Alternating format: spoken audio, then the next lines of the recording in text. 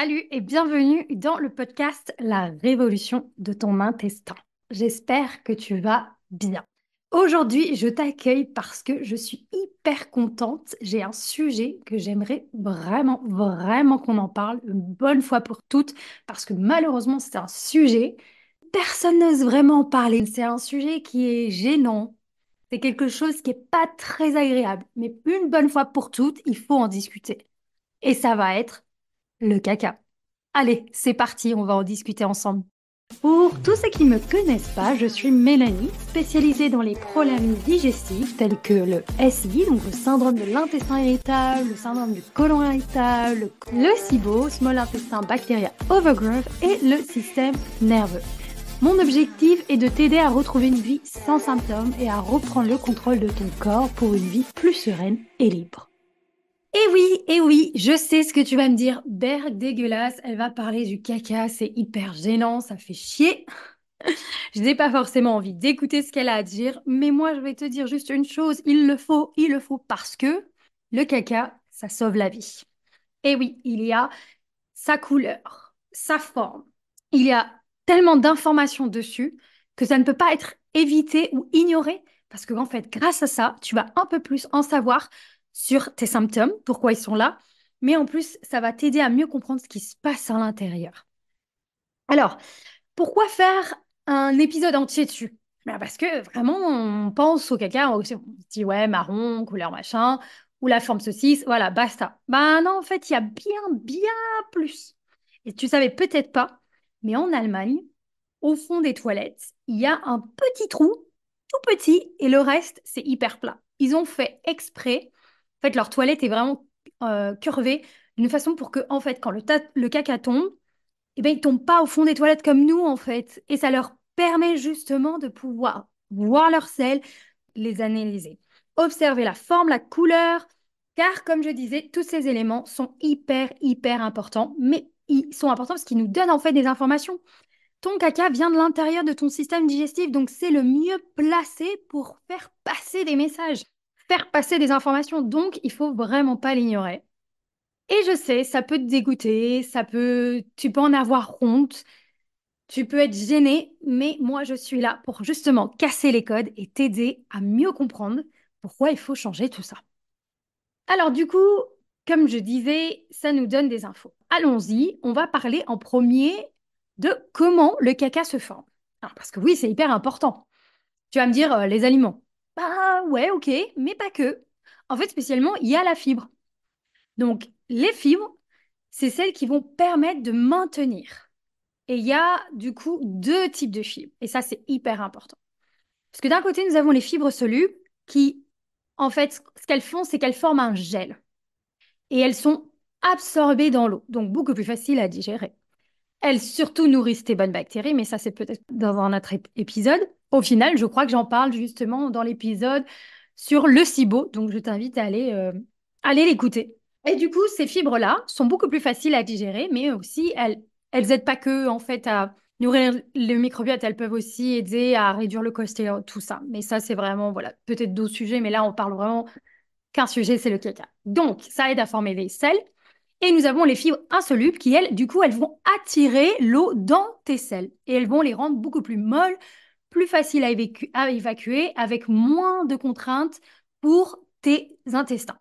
Le problème, c'est que quand on a des problèmes digestifs, les fibres insolubles sont quasi très difficiles à digérer. Et justement, c'est celles qui peuvent vraiment créer toutes ces ballonnements, tout ça. Alors, est-ce qu'il faut les arrêter pour autant? Non. Il faut juste aller chercher au fond la cause de pourquoi tu n'arrives pas à digérer les fibres. Et ça peut être justement un microbiote déséquilibré, ça peut être un manque d'acidité, un manque d'enzymes pancréatiques, ça peut voilà, jouer plus par un déséquilibre intérieur que par l'aliment même. Donc, nous avons besoin de fibres. Ensuite, qu'est-ce qu'il faut d'autre? Eh bien, il nous faut de l'eau.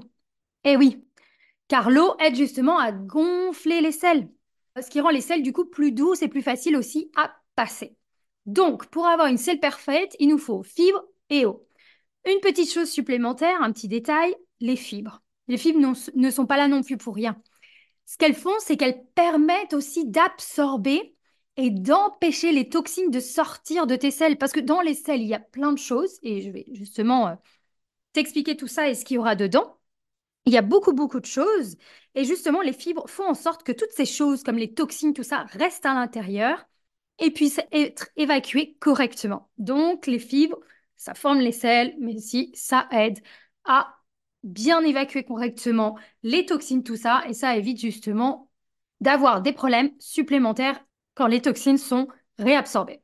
Allez, maintenant, on va voir la couleur. Alors, rouge vif, qu'est-ce que ça veut dire? Alors, saignement dans l'intestin inférieur, comme le gros intestin ou le rectum, souvent dû aux hémorroïdes. Il peut avoir aussi des colorants alimentaires comme la betterave, canneberge, jus ou soupe de tomates, gélatine rouge ou mélange dans tes boissons. Peut-être, je sais pas, genre peut-être le Fanta. Je pense que le Fanta coloré peut aussi colorer tes selles. Et bien sûr, en dernier, pour nous, mesdames, ben, forcément, ça veut dire qu'il y a aussi nos règles. Donc ça veut dire que c'est tout à fait normal et qu'il ne faut pas paniquer.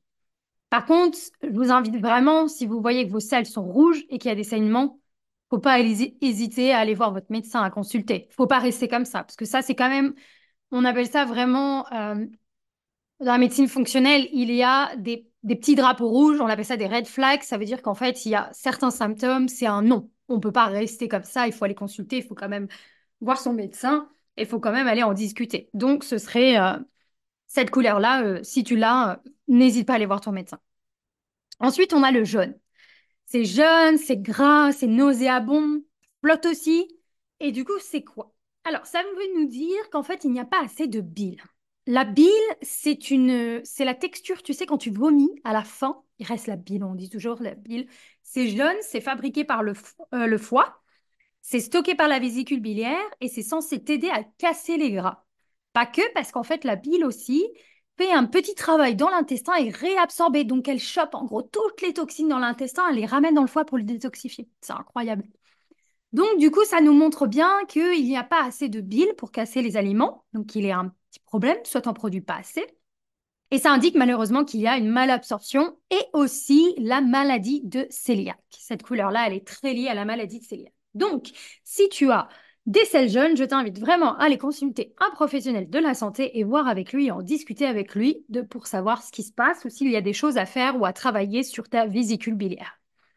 Ensuite, il y a les selles vertes. Alors, les selles vertes, ça veut dire que les aliments se déplacent trop rapidement dans le gros intestin. Et en conséquence, la bile n'a pas eu le temps de décomposer les aliments. Donc, par exemple, ça peut donner la diarrhée, et des fois, la couleur verte est suivie d'une diarrhée, ou tout simplement, s'il n'y a pas de diarrhée, si tout va bien, mais c'est juste vert, bah, c'est que en fait, le légume à feuilles vertes, comme les brocolis des fois, ou les épinards, peuvent donner ce goût-là. Cette couleur-là, pas ce goût-là. Où il y a les colorants alimentaires verts, comme dans les mélanges de boissons aromatisées, par exemple. Ensuite, voilà, il y a un autre, là, c'est vraiment le red flag, le petit drapeau rouge. Celui-ci, c'est aussi quelque chose. Si tu vois ça, attention, n'hésite pas à aller consulter un médecin et à en parler avec lui. C'est le noir. Si tu vois du noir, c'est qu'il y a potentiellement des saignements dans le gastro-intestinal supérieur et ce serait comme l'estomac. Ça voudrait dire qu'il y a un saignement au niveau de l'estomac. Donc là, c'est quelque chose sur lequel il ne faut pas trop hésiter. Mais alors attention, parce que ça veut dire aussi que potentiellement tu as mangé du réglisse noir. Donc si tu t'es tapé un paquet de réglisse, pas de panique.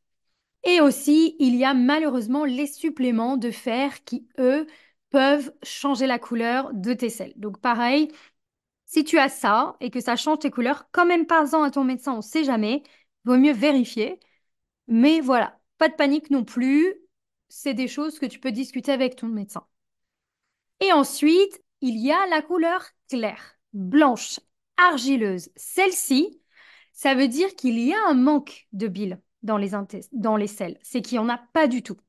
Et cela, ça peut être indicateur d'une obstruction des voies biliaires. Donc oui, à ce moment-là, celui-ci aussi, il y a un petit red flag. Donc n'hésite pas à consulter ton médecin si tu as des selles couleur blanchâtre. Ensuite, on a la forme. Et pour ça, on va utiliser le Bristol Fold. Alors, qu'est-ce que c'est exactement? C'est une mesure fréquemment utilisée dans la pratique et la recherche en gastro-entérologie. catégoriser en fait les sels en l'un des 7 types de sels, allant du type 1 au type 7. Elle a été validée comme mesure de transit intestinal, mais pas encore comme une mesure reproductible de la forme des selles entre évaluateurs. Donc, malgré cela, elle a été du coup utilisée pour évaluer la forme des selles dans plusieurs troubles gastro-intestinaux, y compris le syndrome du côlon irritable ou le syndrome de l'intestin irritable et les maladies de Crohn. Alors, moi, je l'utilise pour aider mes patients à mieux voir et pour pouvoir s'y référencer quand ils font justement des selles. Donc, du coup, on a type 1 à 3, c'est constipation. Type 1, on est plutôt sur des petites boules de crotte de lapin. Le 2, on est plutôt sur, on a des morceaux, mais c'est pas trop des boules de crotte. Le type 3, on est quand même dans une forme de saucisse, mais pas super idéale, parce qu'elle est dure, elle est difficile à passer et elle fait super mal. Ensuite, on est sur le type 4. Ça, c'est la selle parfaite. On est après sur un type 5. Alors là, on a des saucisses, mais plutôt des mi-saucisses, voire des petits morceaux, et ils sont plutôt mous. Donc là, c'est que celle-ci est quand même assez complexe parce qu'elle peut être bien comme elle peut être pas bien. Comme si il manquait encore quelque chose, comme des fibres ou de l'eau pour être mieux formée. Ou ça peut être aussi un coup de stress qui aurait pu fabriquer ça, former ça. Donc c'est vrai que celle-ci, la type 5, elle est quand même assez complexe, je trouve. Des gens diront que c'est un début de diarrhée. Moi, je suis pas super sûre avec ça parce que quand on y pense, c'est soit c'est liquide, soit c'est dur. C'est difficile de dire, OK, c'est un petit peu mou, mais c'est quand même bien formé et dire c'est complètement diarrhée.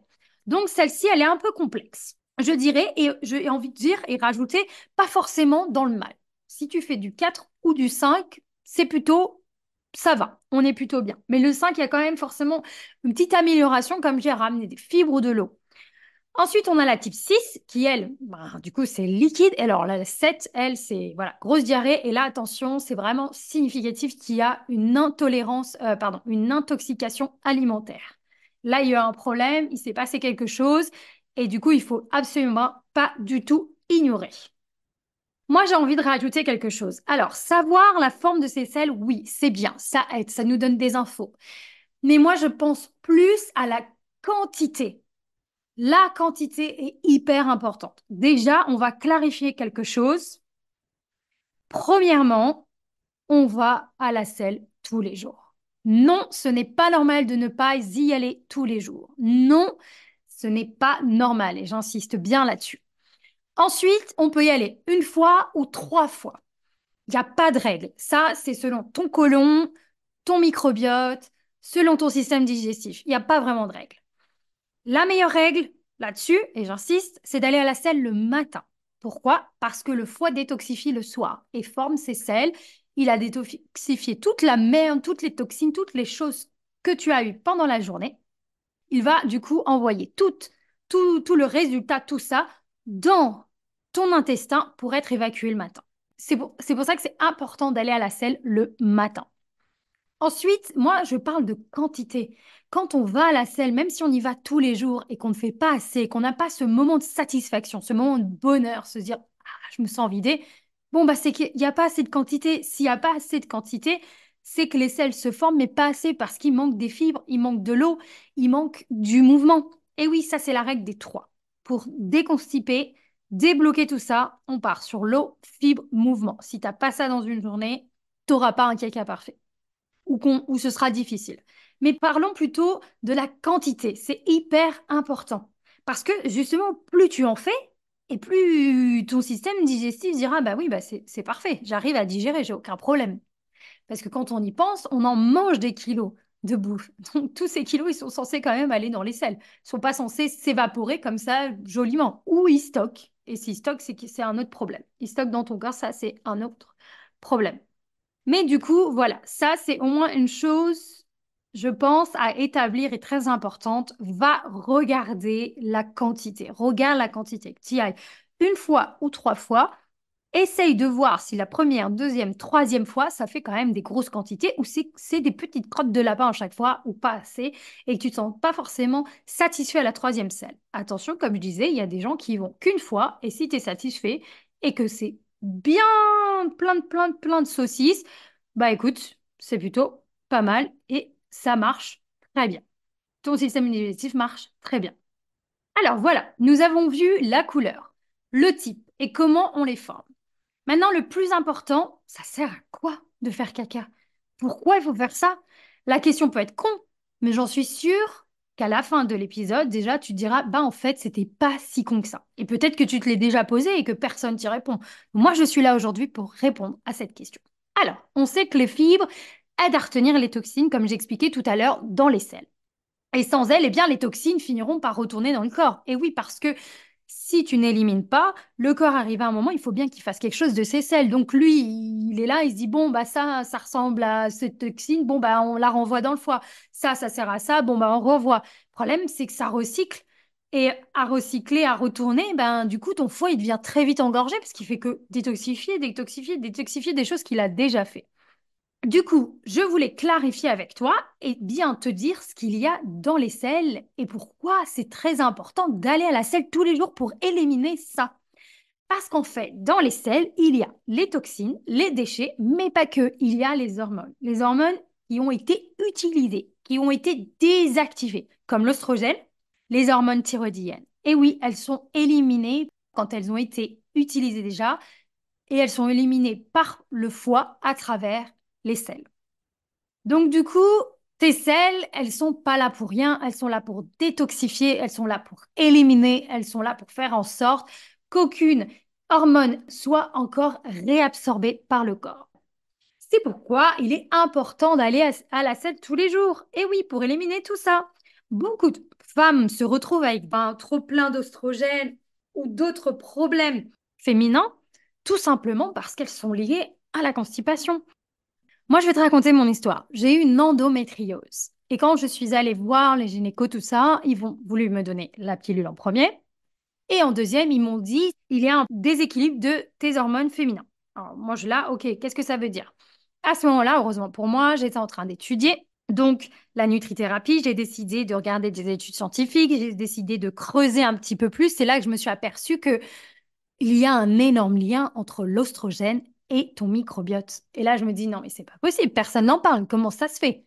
Comment ça se fait qu'on te dit, oui, non, c'est juste un problème comme ça, d'ostrogène, d'hormones, on ne sait pas trop en fait. Parce que oui, effectivement, on ne sait pas trop. Et ça, c'est vrai, dans les études scientifiques, ils montrent bien que malheureusement, on n'a pas vraiment la source. Mais quand on y pense aussi, qu'on regarde un petit peu, il y a quand même un gros lien avec le microbiote parce qu'il y a l'ostrobolum. Déjà, l'ostrobolum, c'est une bonne bactérie qui, justement, va régler l'ostrogène. Mais avant tout, l'endométriose n'est pas reliée à l'ostrogène.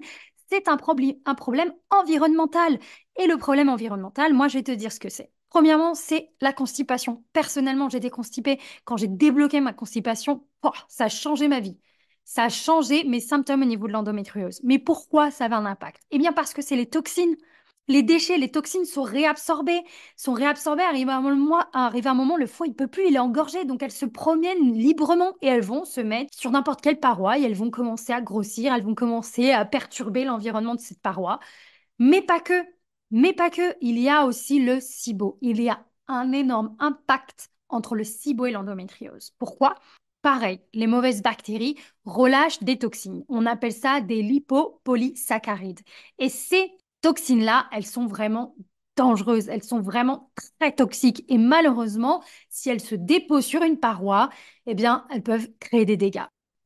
Ensuite, on a justement tout ce qui est problème de la thyroïde. Alors, bien sûr, il n'y a pas non plus d'études scientifiques, mais on se dit bien qu'arrive un moment, si on est censé éliminer les hormones thyroïdiennes et que ça ne se fait pas, qu'elles sont réactivées, bah forcément, elles doivent perturber aussi la thyroïde. Et justement, quand on en parle, on dit que c'est l'hypothyroïdisme qui ralentit la digestion, qui ralentit les selles, les mouvements de selles. Mais moi, je me dis, quand je travaille avec mes patients, je leur demande qu'est-ce qui est venu en premier. Ils me disent toujours la constipation. Donc, je ne peux pas forcément faire de lien court comme ça. Je ne peux pas affirmer 100% que c'est ça le problème. Mais c'est quelque chose de très récurrent. C'est quelque chose que je vois très régulièrement dans mes patients. Donc, je me dis, quand je fixe et que tout va bien, ils arrivent à aller à la selle tous les jours, bah, arrivé un moment, leur thyroïde va aussi mieux, leurs symptômes réduisent, ils se sentent moins forts qu'avant. Donc je me dis que quelque part, il y a sûrement un lien entre tout ça. Alors, les sels, elles font donc partie de notre parcours de détoxification. Donc, elles sont chargées d'éliminer les aliments, les toxines et les déchets. Mais quoi exactement? Alors, le premier, nous avons le benzène.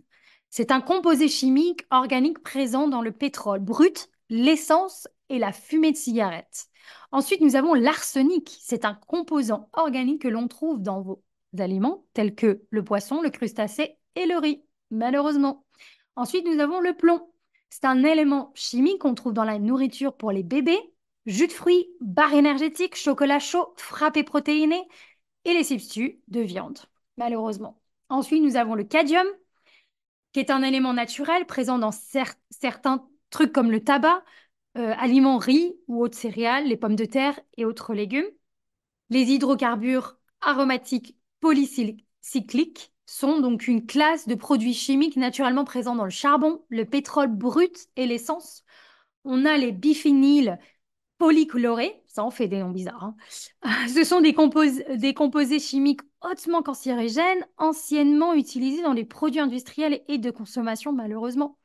Nous avons du coup aussi donc les hormones thyroïdiennes, les oestrogènes, les toxines de moisissure ou les mycotoxines. Et oui, parce que quand il y a des champignons chez toi, eh ben, ça fait du mal à ton corps et tu les absorbes par le nez, par la respiration, qui envoie au foie et le foie essaie de détoxifier.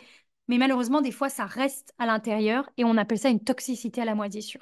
Ce sera peut-être prochainement un épisode que je ferai là-dessus, mais c'est très intéressant et beaucoup, beaucoup de gens, malheureusement, en souffrent, mais ne le savent pas parce que c'est pas quelque chose de reconnu, malheureusement. Encore en France, on en parle énormément en Angleterre et aux États-Unis, mais pas encore en France, malheureusement.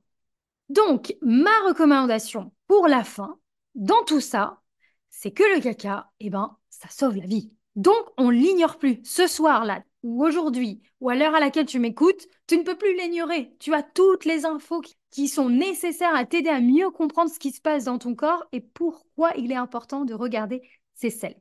Donc, ma suggestion serait donc du coup d'aller à la selle tous les jours, au moins entre 1 à 3 fois par jour. C'est la quantité qui est importante aussi. Donc, n'oublie pas, si tu y vas 3 fois mais qu'il n'y a rien, c'est quand même et ça reste une forme de constipation. Alors, nous devons également aussi prendre en considération différentes choses. La couleur, et oui, alors, on n'a pas tous la couleur marron, et non. Mais alors, la selle parfaite, c'est comment et quelle couleur et quelle forme? Couleur marron doit être longue comme une banane et elle doit venir lentement et confortablement. Pas de sensation de précipitation, pas de ballonnement où elle fait pas mal en fait. Elle doit bien se passer et tu dois te sentir surtout satisfait à la fin. Une chose très importante, c'est la position que tu as aussi aux toilettes. Ça, c'est un truc radical. Il faut utiliser un squatty potty. La position qu'on a aux toilettes n'est pas normale. Elle est absolument pas normale. Elle a été changée et modifiée avec les années. Mais normalement, nous sommes censés utiliser les toilettes turques. Si tu vois pas ce que je veux dire, imagine-toi en forêt. Ça t'est peut-être déjà arrivé ou pas. Quand tu es en forêt, tu as envie d'aller chier, t'as pas le choix, tu fais une position et on appelle ça la position caca. Et cette position, c'est la position incroyable. Et celle-ci, c'est vraiment la position qui, normalement, t'aide à ce que ça passe plus en douceur, avec une satisfaction. Parce que du coup, si ça t'as du mal, t'as des hémorroïdes, t'as tout ça, c'est juste parce que tu passes ton temps à pousser et que ta position n'est pas parfaite. Parce que nous sommes censés, en fait, quand on est assis, avoir ce 90 degrés avec les jambes et les fesses. Je t'invite à regarder sur Google, parce que malheureusement, dit comme ça n'a pas de sens, mais si tu le vois bien visuellement, eh ben, ça changera tout. Ça donne. Donc, si une chose, et ça c'est mon conseil, tu dois faire, investis dans un squatty potty. N'hésite même pas. Et aussi, bien sûr, et un minimum d'essuyage. Si elle en reste plein, c'est que c'est pas une selle parfaite, c'est qu'elle est très molle. Elle est très molle et là, à ce moment-là, on serait peut-être sur du 5-6. Voilà. Donc là, c'est que comme je dis, le 5 on est quand même bien, mais il y a quand même encore des choses qui vont pas, qui sont quelques trucs que tu peux améliorer. Améliorer en rajoutant plus de fibres, en rajoutant plus d'eau. Mais ça, c'est une chose, quand on s'essuie qu'il n'y a rien, c'est que c'était la selle parfaite. Ensuite, il peut avoir et contient des particules alimentaires. Alors, quand c'est maïs, graines de sésame, graines de lin, s'il reste dans les selles, c'est normal, pas de souci. C'est dur, ça peut être dur à digérer. Pareil, la peau de poivron, ça peut être dur à digérer. Mais si tu retrouves des myrtilles, par exemple, non, ça, c'est absolument pas normal. Donc, le signe Enfin, l'information que tes selles t'envoient quand il reste des aliments dedans qui ne sont pas censés être là, eh bien, c'est un signe qu'il y a un manque d'enzymes pancréatiques. Ton pancréas, malheureusement, ne fonctionne pas comme il faut. Il ne peut pas envoyer les enzymes pancréatiques qui t'aident à casser les aliments. Donc, ils arrivent trop gros dans l'intestin. Ils ne peuvent pas être mangés par les bactéries parce que c'est beaucoup trop gros. Ça reste, ça fermente. Mais le corps va quand même essayer de s'en débarrasser un petit peu. Et du coup, il va avoir ces particules alimentaires. Ensuite, on dit les selles oranges. Alors, orange ou qui restent à la surface. Donc, du coup, c'est un signe que la vésicule biliaire ou le foie sont engorgés. Le foie n'arrive pas à fabriquer ou il n'arrive pas, la bile, il n'y a pas assez de bile stockée dans la vésicule biliaire. Mais pas que, c'est aussi un signe de SIBO. Et oui, Small Intestin Bacteria Overgrowth, ça veut dire tout simplement, et n'allons pas plus loin, il ne faut pas tuer son SIBO, tout ça. Je t'invite vraiment à écouter cet épisode sur le SIBO. Mais tout simplement, ça veut dire qu'il y a une dysbiose, qu'il y a plus de mauvaises bactéries que de bonnes. Et justement, quand ils pensent, les selles flottent, c'est qu'il n'y a pas assez, c'est qu'il y a trop de gras et pas assez de bile pour les casser. Pense à cette expérience que tu peux faire, c'est mettre de l'huile dans de l'eau, tu verras toujours, l'huile restera au-dessus. Donc, c'est la même chose. Voilà, nous y voilà, la fin de l'épisode. J'espère que enfin tu as compris pourquoi il est très important de regarder ces selles. C'est pas juste pour faire joli, c'est parce que ça nous donne énormément d'informations, mais surtout et surtout, n'oubliez pas, le caca, ça sauve des vies et ça peut sauver ta vie. Donc n'hésite pas à aller regarder ça tout de suite.